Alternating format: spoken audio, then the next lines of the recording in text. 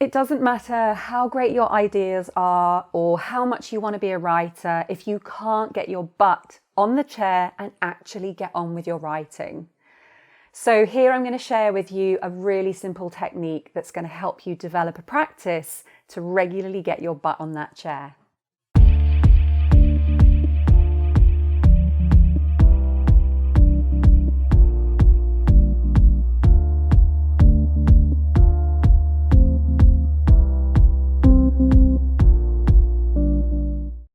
So here we are, we want to get our butt in that chair.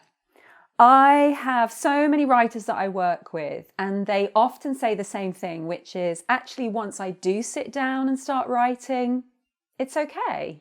So what's the problem? It is literally as simple as being in one place and then getting your butt in the chair, and yet we're making it into something much more, and that is why it's so hard. So even approaching it as something as simple as that can really, really help. And I'm going to give you more tips on really simplifying the process. But I want to talk about firstly why it can become such a problem in the first place. So I want you to be thinking about habit. The more times you're thinking about getting your butt in the chair and writing, and the more times you don't do it, you start to build it up in your mind as something to be afraid of. And so the brain logs it as like a fear factor. Oh, I don't want to do that. I don't quite know why, but it feels like it's dangerous, or it feels like there's a threat involved, or it feels like something to be really scared of, when in actual fact, it's just about sitting down and getting on with it.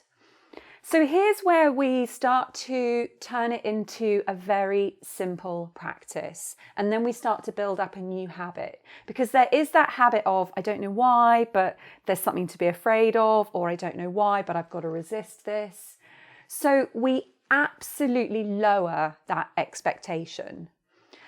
I ran a retreat for writers, and I did it for about 5 years. And what I noticed with a lot of the writers who came on that retreat is during the week, because they were living a different routine, they had all their meals cooked for them, they were taking workshops in the morning that were really inspiring, they were actually writing quite a lot, maybe 1,000 to 2,000 words a day. And so they'd be all fired up and they'd be like, yeah, this is what I'm going to do when I get back home, I'm going to write 2,000 words a day. And that's when we really start to take those expectations up quite high. So my advice is to drop it right back down the other way. And it was exactly where I started when I was building up my own writing practice. I began with just 15 minutes, but every day. And here's where the challenge came in for me. It was the every day. It was those days when I was standing up and I really didn't want to get my ass on that chair. And it was saying, mate, it's just 15 minutes. And so when you approach it like that, it becomes manageable, and then you start to build up the habit that you know that you can do it every day. And then the 15 minutes can grow if you want it to. But here's the thing, 15 minutes a day for me, I sit down and I write solidly for that time. That's between 400 and 500 words.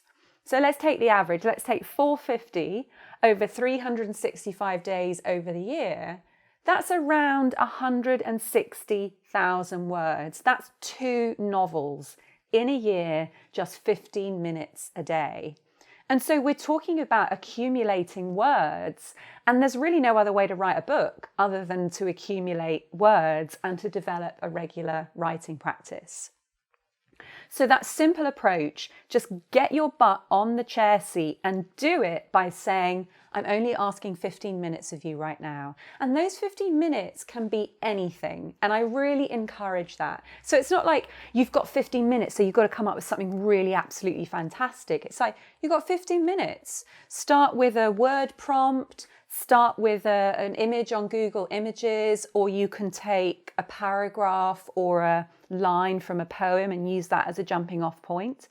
And you might be thinking, yeah, but that's not got nothing to do with my novel, or that's not really what I'm working on. But I absolutely guarantee that in that 15 minutes, you will come up with some usable words. And the fact is, 450 words is better than no words, because you're still standing up, because you're dreading getting your arse on that chair and even starting writing. So a really simple practice to help you build up that resilience and get over whatever fear it is that's holding you back from sitting down, opening up your laptop and just beginning. And I want to say this finally, that staying on track with your writing is an art and it takes a long-term practice. And if you're really interested in how you can start to develop more skills and really start to create a practice that is going to enable you to stay on track with your writing projects, see the text below because I've dropped a link. I've got a free audio, which is basically sharing with you my favorite techniques, all of which are guaranteed to enable you to stay on track with your writing goals. So lovely to spend this 5 minutes with you, and I really look forward to seeing you next Monday. Take care till then.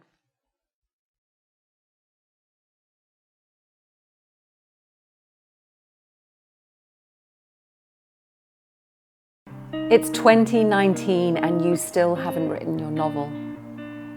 You dread the question, how's the writing? And time is running out. But let me tell you something. You don't have to do it alone. It's that simple. This could be the year you finally write just the way you want. Imagine that